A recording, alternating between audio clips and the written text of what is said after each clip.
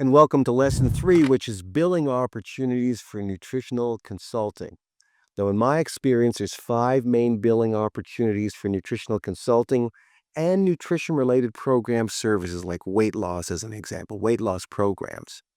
So the 5 main billing opportunities are the following. The patient's group health benefit plan, there's usually a subsection there for nutritional consulting. The patient's health spending account, also disability management, as well as executive medical and longevity programs, and also out-of-pocket services. So we're going to go through all 5 of these so you understand them clearly. But before we do, let's first review the suggested fee schedule for nutritional consulting. As I mentioned earlier, there's an initial consultation and exam and program design. Usually the fee is somewhere between $275 and $350. It's about a 60 to 90-minute visit.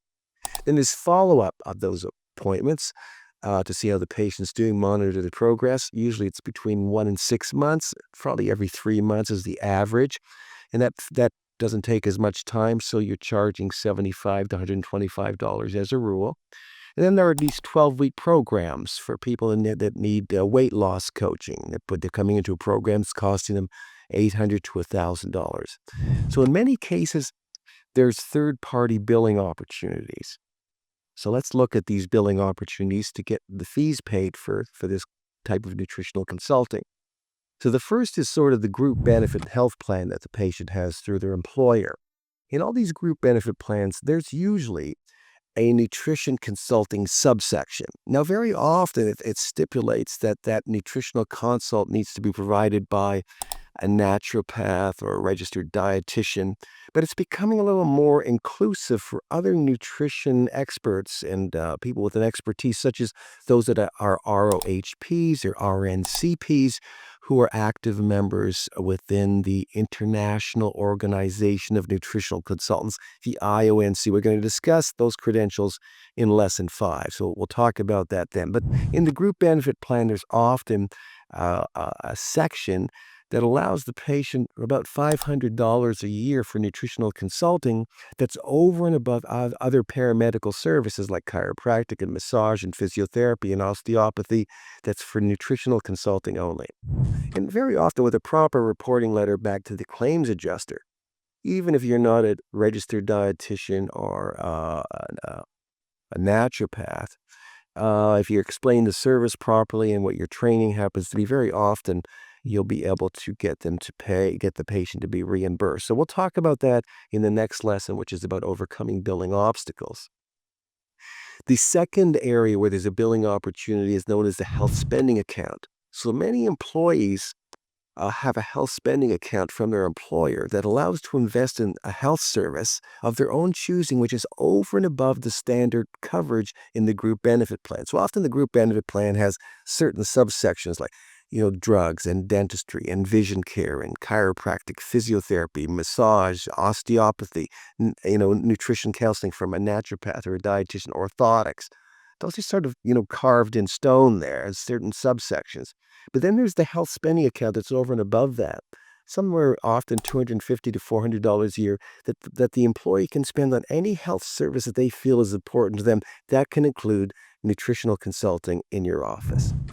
The third area that's growing very quickly is a billing opportunity where you can generate revenue that's paid for by a third party is disability management, offering nutritional consulting for a disability management company.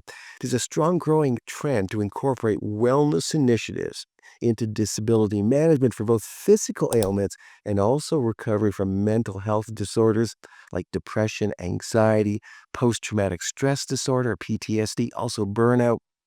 But the lifestyle program needs to be personalized to the patient's need and their status.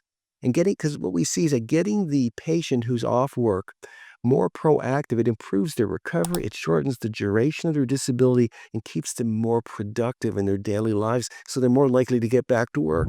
It also not only gets them back to work sooner, but it helps them stay at work once they get there so they don't have a recurrence and have to go off work again. So disability management companies are embracing this approach, and they need trained nutritional consultants who have a true expertise in this area to help manage this aspect of the case. You see, often caseworkers for disability management companies are occupational health nurses, or someone with some allied sort of case management certificate or degree or diploma, but they don't have an expertise in evidence-based nutritional consulting and lifestyle medicine.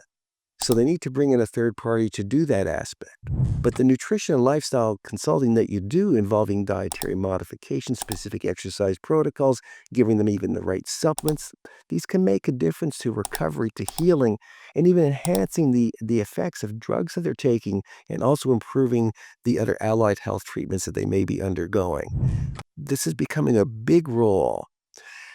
The fourth area where there's a billing opportunity is for executive medicals and longevity programs. So I recently was brought onto a team of medical professionals who perform these high-end annual executive medicals and longevity-based consultations that they do. So the doctors do a great job of the blood work and ECG and spirometry and the stress electrocardiogram and looking at all these different colonoscopies. They're done. PSA values are evaluated. They get all this information. They give the person a report as to their current health status. But who then is going to take all that information, look at it, and then provide the patient with an evidence-based recommendation around dietary modifications, exercise protocols, supplements, and so on, so that next year when they come back, their blood markers are better, that their health status has improved on many tangible levels? How do you get the person better the following year, not allowing the aging of their body to deteriorate and they end up in worse shape a year later? And that a lot of doctors don't really have that expertise. So someone with a nutritional medicine training who really understands the ins and outs of this can integrate all that information and provide the patient with a very valuable consultation to give them a go-forward program. And that's what I'm doing. So part of that is also to understand the genetic time bombs of aging. How at certain points in our timeline when we become more prone to our osteoarthritic changes, or our immune system gets weak, or our memory is going to decline. How do you counter those things using natural interventions so the person has a more highly functioning body and mind for the longest period of time? This is your training. And how do you address certain health conditions that the patient already has using complementary nutrition and lifestyle measures? And what about things that run in their family like Alzheimer's disease, congestive heart failure, colon cancer? Who's going to give the patient a program or advice on how best to suppress the likelihood of those genetic susceptibilities from expressing themselves? That's now becoming part of the annual executive medical and longevity programs that I'm talking about. There's a need for someone to step in and do this. It's a billing opportunity for you.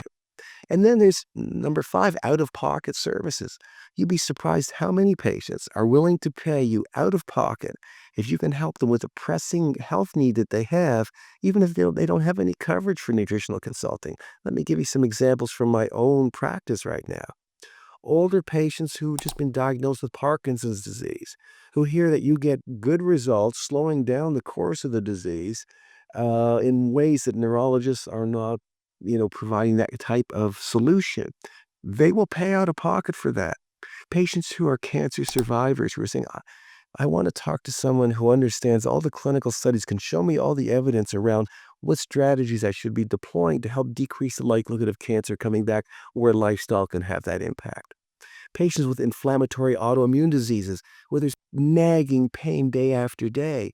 They take their medications, it helps, but they'd like to get it to the next level of improvement to have more of a pain-free existence, or they'd like to be able to cut back on their medications, which are very harsh on their body. Who's going to provide that advice? Patients will pay out of pocket for that, even if there's no coverage.